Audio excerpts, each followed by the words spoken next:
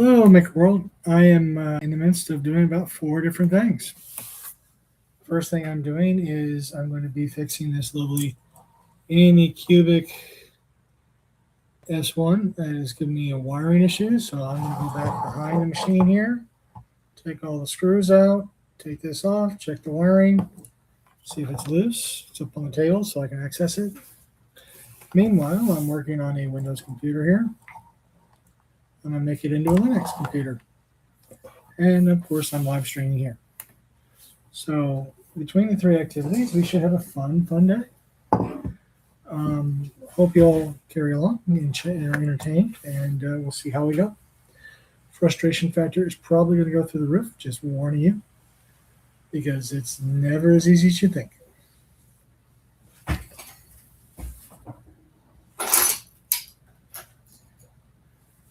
First things first is we need to screw the tools, as you would say. So this is a 1.5, not probably needed right now. Probably more of the 2s is what needed. 3, here's my 2. Let me try and figure out how to get my...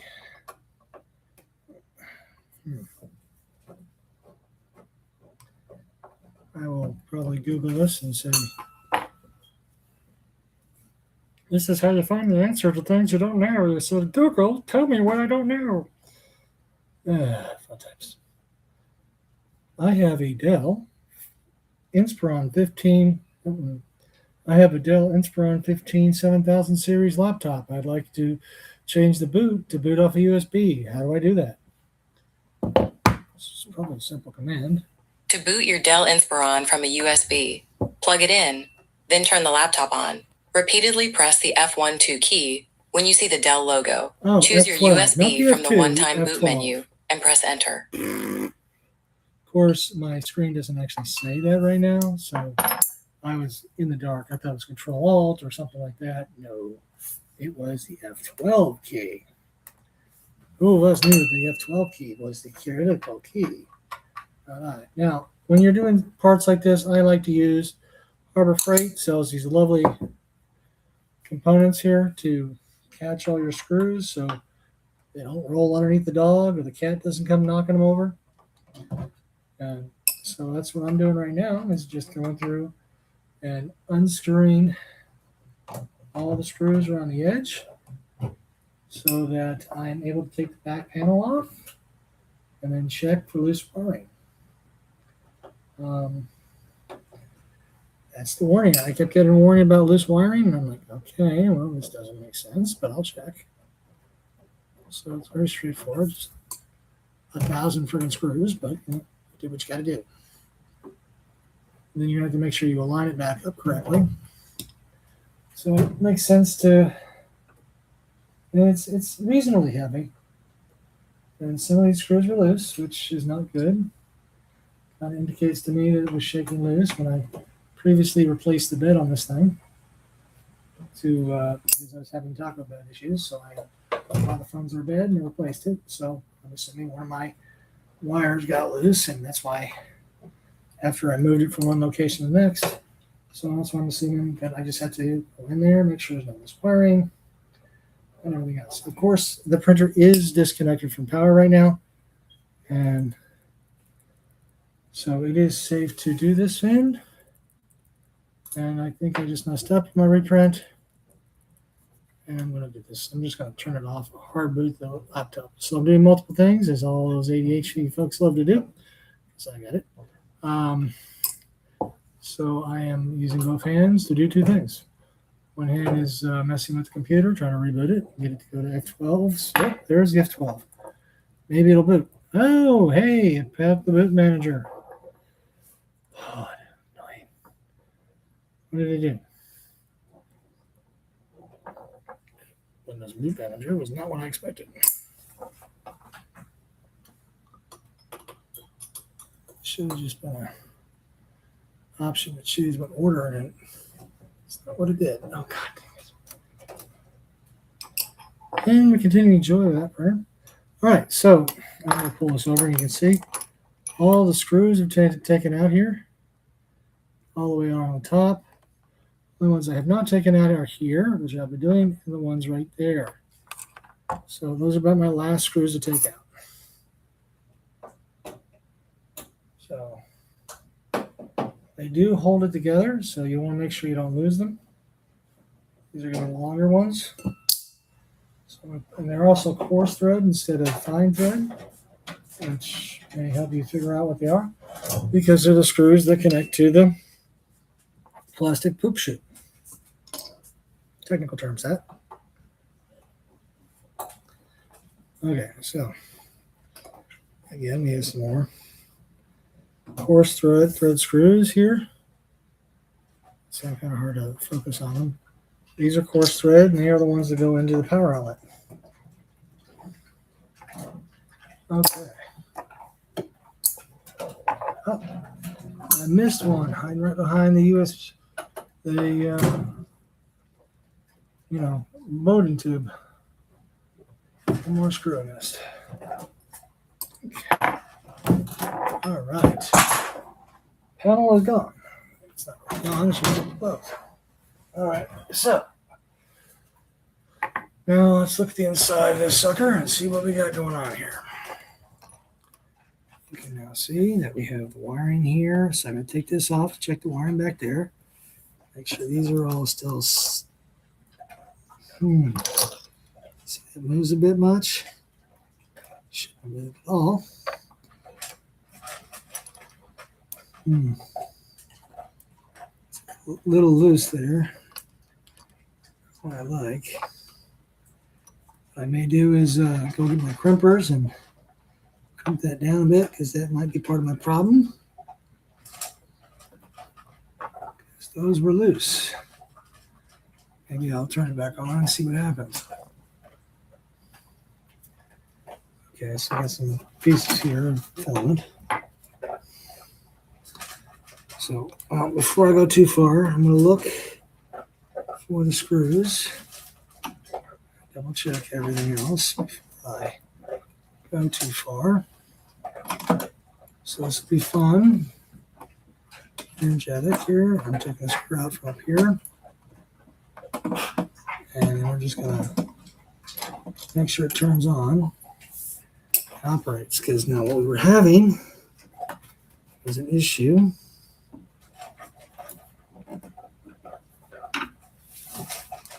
If not,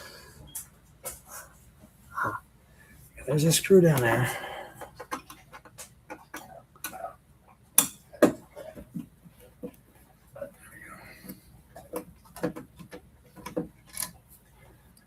Okay, we got those screws off. All right. Don't want to break anything. See, it's a clip. See, you got some wiring here. Comes out through the gap there, not to be pulled out and forced. So let's look at the wiring here. These are all pretty snug. Nothing on the board there. That was a little loose, but that's okay, I guess.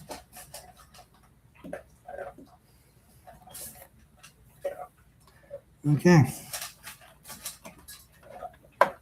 So I'm going to check there. We got nothing here. Anything loose on here? No, that's well connected. Okay, that's good to know. All right, so because I'm messing with this and I plan to plug it back in, I'm going to take my little coarse screws and I'm just going to screw this section here. I'm sorry. Screw those back in so I can put the plug in. So that basically all I did was take the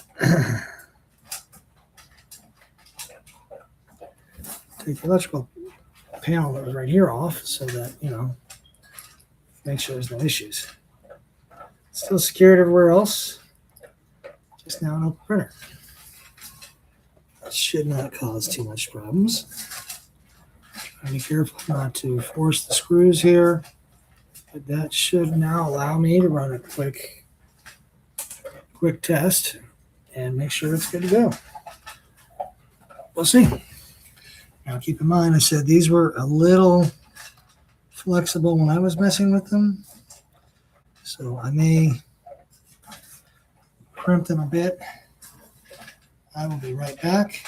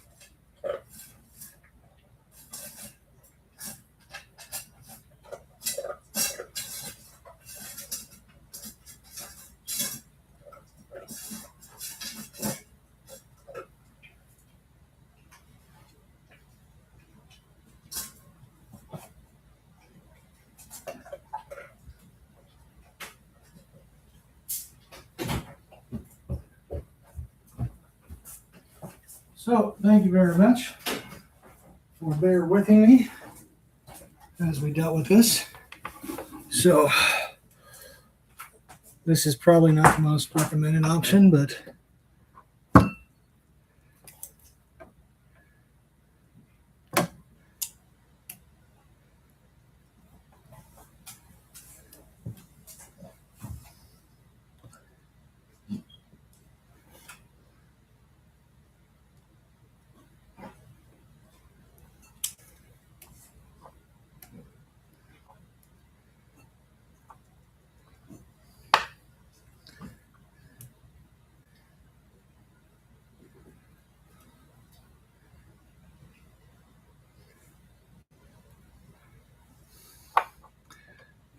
after I'm done, what I will do is I will tape these, because I do see if there was some movement here, this probably caused some of my problem.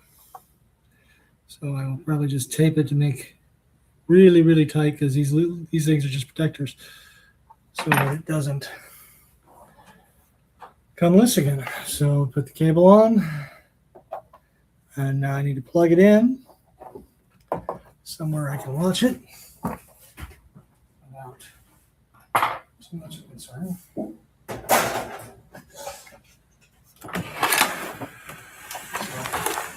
Safe here.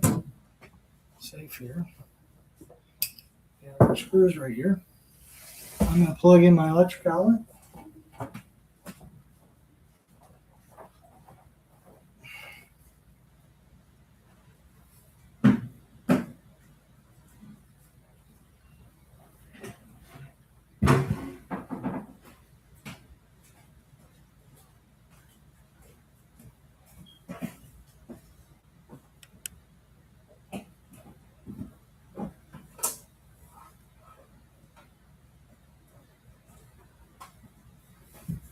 Oh, fuck, I like flies coming.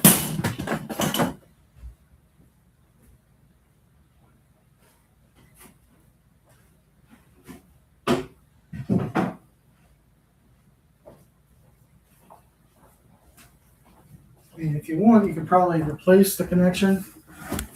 I'm not trying to do that because it's not something I generally want to do. But we will see how that works. Meanwhile, we are going to open this sucker up.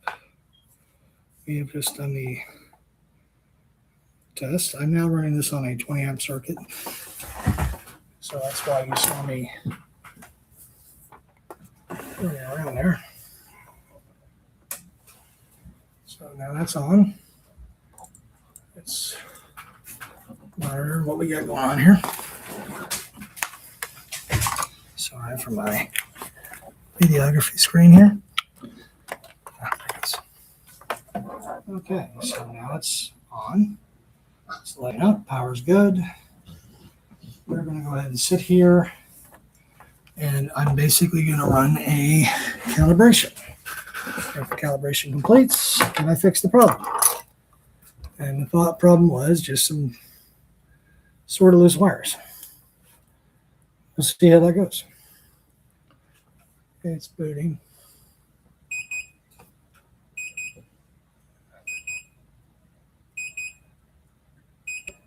Check power off. Please check the power off and unplug it. Check the connections of the print head and driver board for any loose connections. Well,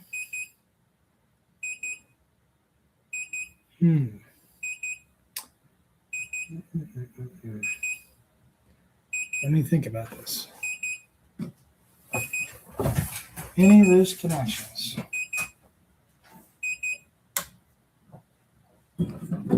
So we have this. I have it turned off. We're looking at this. Cord is connected.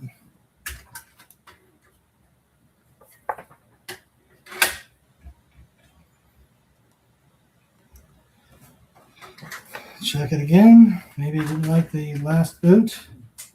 That's possible, or could not like the fact they don't have the panel back on. Either of these things could be it. The next process is, of course, to try the how do you say it? Change the order in which we process. So it's starting to boot.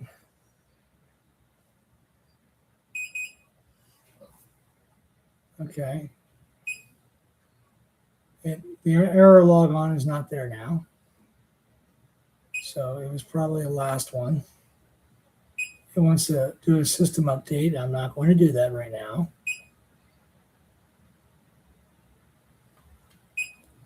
So for calibration, I'm going to set the nozzle to 150 degrees and see that it works. We can go in here. You can see what I'm doing. And the burner is turning on, the light's on, chamber fan's running, and it is heating up. It's at 150 now. Let's set the bed at 100. If the bed goes to 100 without too much problems, I think we resolve the issue, but it could be an intermittent fault, which will be joyful. Bed seems to be heating up pretty well too. It's already up to 55 degrees, 60.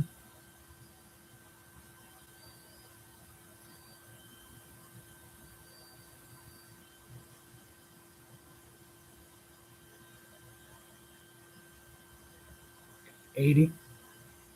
It's heating up pretty fast.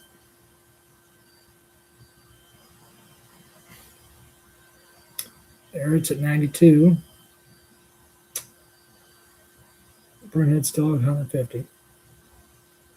There we go. It's at 100. I'm going to leave it like this for a few minutes and we'll go. Meanwhile, we're now back onto my other problem, just to keep you all entertained, is BIOS. This is all going to go away because I'm redoing it. But so let's escape out of this. We want to change the BIOS setup.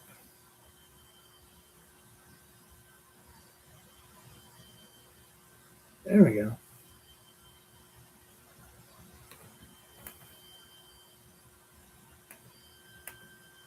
Because I want to change it to a Linux machine. Isn't that nice of them to make a Windows browser for my BIOS? Remember like when it used to always be DOS? I do. I remember it was Bash and Shell. I'm still using it Shell for work and a whole bunch of things. But I didn't know.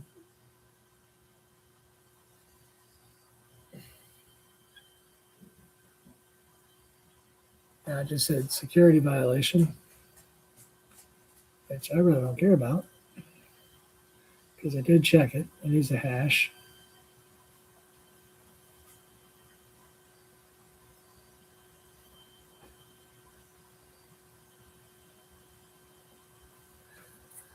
I may have to entirely change this and end the stream because I got to do some fun stuff with the computer.